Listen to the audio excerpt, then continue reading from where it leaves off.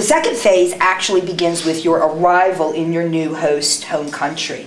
It's called the spectator phase, and it's called that because basically during this initial period in your new environment, you tend to be rather passive. You tend to watch, you want to learn. You're very much a spectator rather than an active participant in the culture.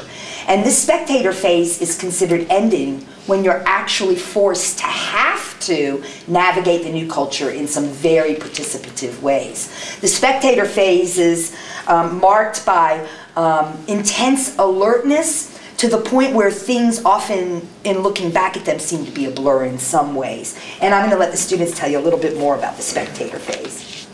So for me, when I first got there, it was August 25th, and I don't think I could have stood out any worse than I did. I was really blonde from the summer and tan, and I was wearing my sandals, which is a pretty big fashion faux pas that I found out in Italy. So actually, all over Europe, that's a dead giveaway you're American, is if you're tan, you're wearing sandals or shorts. Luckily, the Italians thought at first that I was German and not American, which is a good thing because you definitely don't want to go over there being, spotted as an American instantly. But I remember that I was just participating in the drink and food culture like I was leaving in a week. Cappuccino, pizza, lasagna, gelato, bottle of wine every night for the first 2 weeks straight.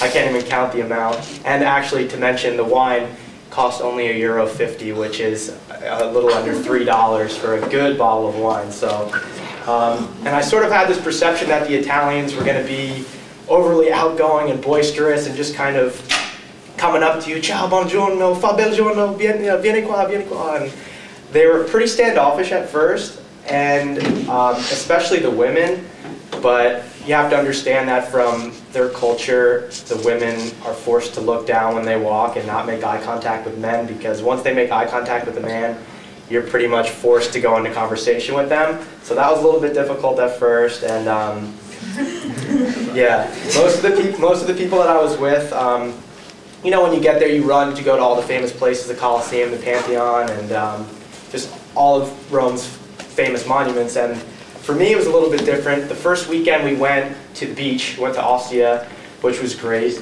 and I got to surf, which I got that out of my system, which was amazing, surfing in the Mediterranean. And the second weekend we went down to Amalfi and Positano and Capri and Sorrento.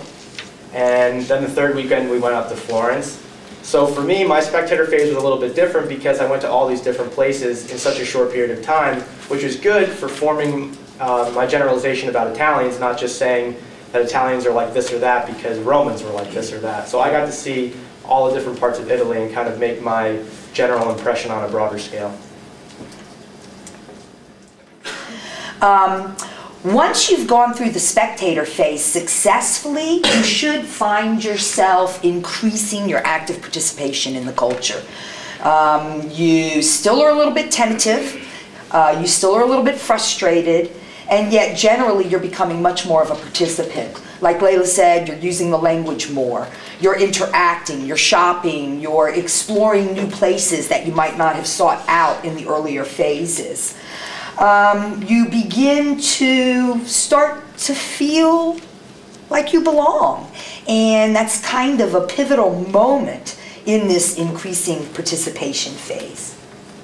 Yeah, like how Dr. Walker was saying, this phase right here is incredibly pivotal. This is where you can make or break your study abroad experiences, how much you're willing to dedicate yourself to pure assimilation. And for me, that's something that I strive very high to do whenever I go to any new culture. And for me in Italy, the second I walked out of the door every morning, I was speaking Italian to everybody that I saw, practicing it all the time, studying it, and just becoming a student of the culture. And that was really important for me.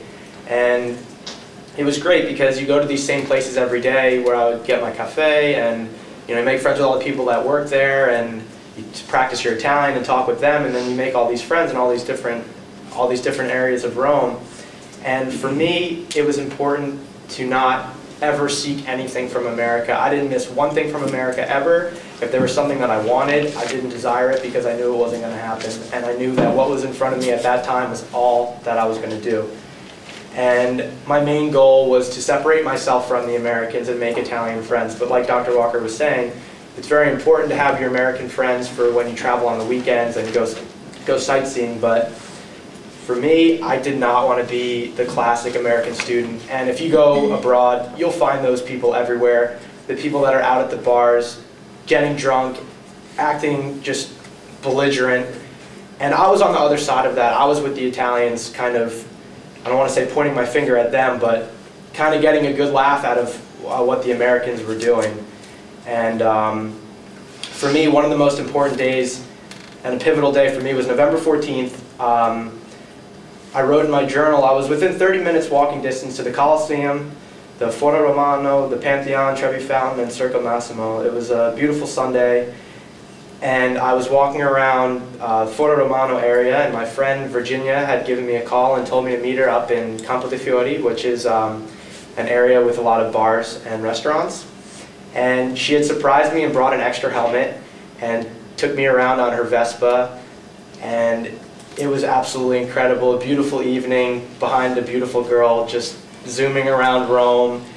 And at the end of our ride, we went up to this big hill called Giancolo, which overlooks all of Rome. And I kind of had this epiphany at that moment where I was standing looking at the same mountains and breathing the same air as a city that shaped world history. I was looking over the same land that the Caesars, Augustus, Mussolini, Fellini, all of these people that have shaped world history, and it was my city. I've never felt any connection to any city in America like that. This was a city that I know that I can come back to in 20 years from now and know my way around and just feel so close and so connected to a city. Was amazing. And after the sun went down, we went to a cafe in the center of Rome, which is what I call the bougie section of Rome. A lot of money in that section. I went with Virginia, and within a couple hours, I must have met 20 of her friends. And every person you meet, it's the kiss on both cheeks, which is something that I really, really miss. And these weren't just normal people either. These were the sons and daughters of aristocrats, of royalty of Italy, of politicians, and these are people that I was meeting that are going to be the future of Italy and literally have shaped the entire history of the country. And I just kind of realized how good my situation was, and just going around every day taking the most beautiful photos that I ever took of my life, just the level of creativity and being involved in philosophy and theory and just having deep, meaningful conversations with people is something that I miss so much. And that was something that I had at that moment. Like, in November 14th was a day that I completely realized that.